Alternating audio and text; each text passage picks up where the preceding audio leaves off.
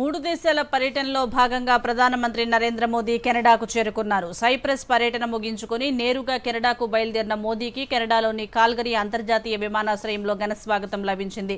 2015 తర్వాత మోదీ కెనడాలో పర్యటించడం ఇదే తొలిసారి కావడంతో అక్కడ ప్రవాస భారతీయులు పెద్ద ఎత్తున విమానాశ్రయానికి తరలివచ్చి భారత త్రివర్ణ పతాకంతో మోదీకి ఆహ్వానం పలికారు.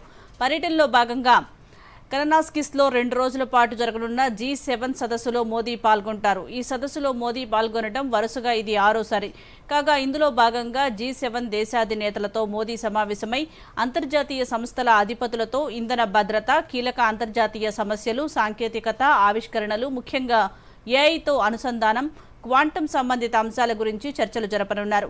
కాగా తిరుగు ప్రయాణంలో భాగంగా ఈ నెల 18న మోదీ ఐరోపాలోని క్రొయేషియాకు వెళ్తారు.